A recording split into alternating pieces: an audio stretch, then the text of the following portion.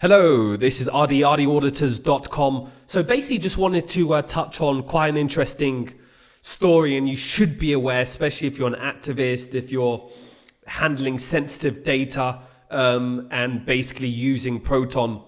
So Proton.me is pretty well known, protect your privacy with end-to-end encryption. Yes, so it basically says end-to-end encryption is at the heart of Proton's promise to protect your privacy. So we use an end-to-end encryption to ensure that your privacy is mathematically guaranteed when you use our apps. So there's been a few things that's actually just come out that I want to basically raise awareness.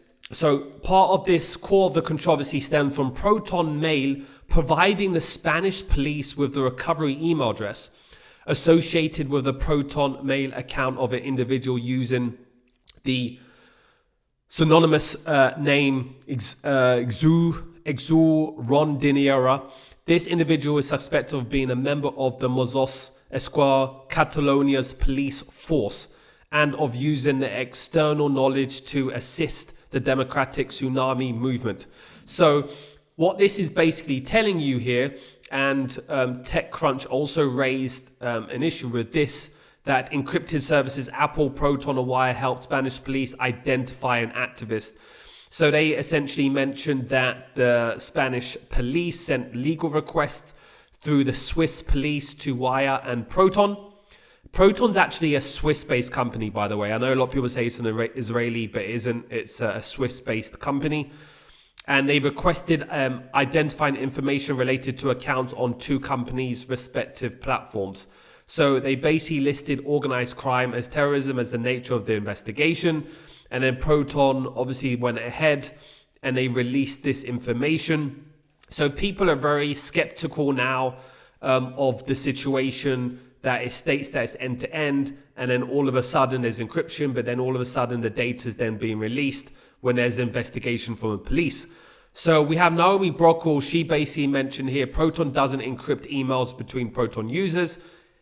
It automatically looks up PGP public keys for anyone you email. So this is actually, so one, you've got information if there's an investigation from police, they're releasing data. And then number two, she's actually saying that it's not actually an end-to-end encryption.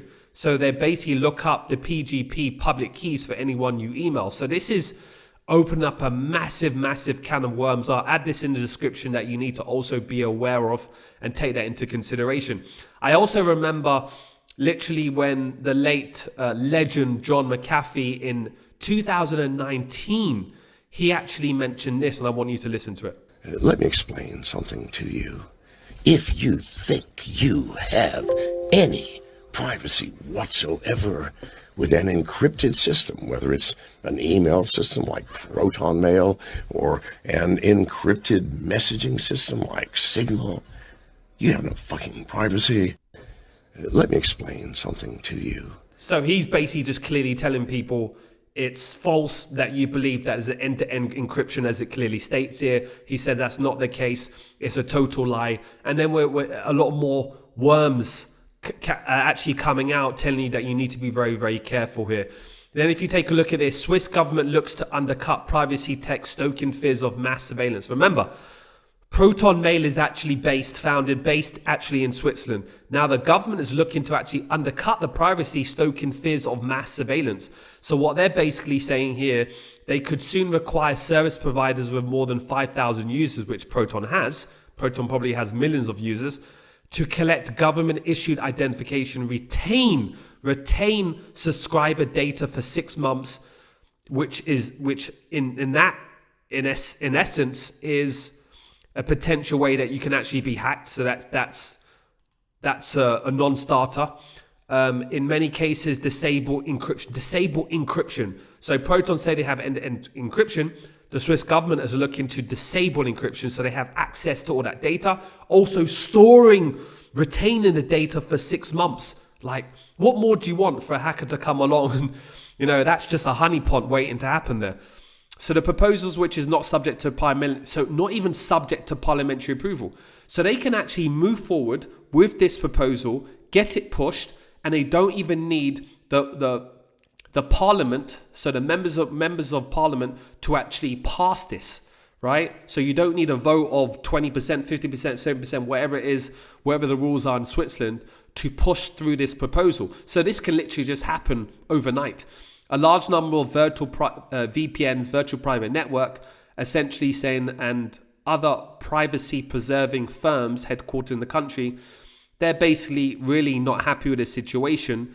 The company's invested more than 100 million in the European Union. The announcement said the plans to help develop a sovereign Euro stack for the future of our home. So this is really, really crucial. It's setting a precedent. Swiss are really coming down hard.